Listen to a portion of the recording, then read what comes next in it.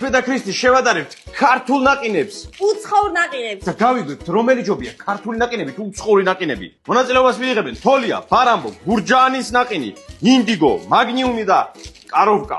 პირველი ერთად შევადარებთ თოლიას და კაროვკას. 3, 2, 1. თოლია, აი თოლია, აი ამ 97,000 ლარი მივეცი, აი ამ კაროვკაში თუ რაღაცა უბედურებაში და თოლია ჯობია მილიონჯერ და მე მგონი ლარი და რაღაც აღებს, ხო? საშნელი ნაყინი, იმიტომ არის რომ ხელს ვერ ჯოხი არა, ჯოხი დაგენანა და მაგიზე დავატირე. შემდეგ ტურში გადავიდა თოლია, შემდეგი ინდიგო და ბაღამბო. 3, 2, 1, ბარამბო. თუმცა ესე ძალიან კაი. ანუ ორივე ძალიან კაია რეალურად, მაგრამ იქიდან დავიწყოთ, რომ თვითონ ნაყინი შიგნით რაც აქვს ბარამბოს ჯობია, ამას აქვს ძალიან კარგი შოკოლადი იდეაში ზევიდან.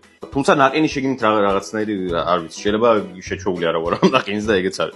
მოკლედ შემდეგ ტურში გადავიდა ბარამბო. შემდეგი წყვილი, ქართული გურჯაანის ნაყინიო და მაგნიუმი. 3, 2, 1. რა თქმა უნდა მაგნიუმი. კი ეს ჩვენ ბავშვობასთან დაკავშირებული, ყველას გვიყვარს გურჯაანის ნაყინი, რა თქმა უნდა, მაგრამ ამ შემთხვევაში მაგნიუმი ჯობია. გაცილებთ. ლეგენდარული ფინალი ხალხო, ბარამბო, თოლია და მაგნიუმი 66%-იანი უპირატესობით ვართ ქართველები მოკლედ. 3, 2, 1. რატომ ბაძავ? შემომბა. ნუ ბაძავ. თოლიაც ეხა ბაზარი არ არის, გემრიელი ნაყინი არის, ვერაფერს ვერ მართლა გემრიელი ნაყინი არის, ხოჭო თოლია ეგრე გააგრძელე. მაგრამ ჩემთვის პირადად ამ შემთხვევაში აი ბარამბო და რა ქვია ამას მაგნიუმი არის ძალიან გემრიელი ორივე. ეს მომეწონა, თო სხვანაირი გემოების არის, ეთქობა რომ ძვირიანი და სხვანაირია, შოკოლადი მეტი როა, კითხობა ფასში.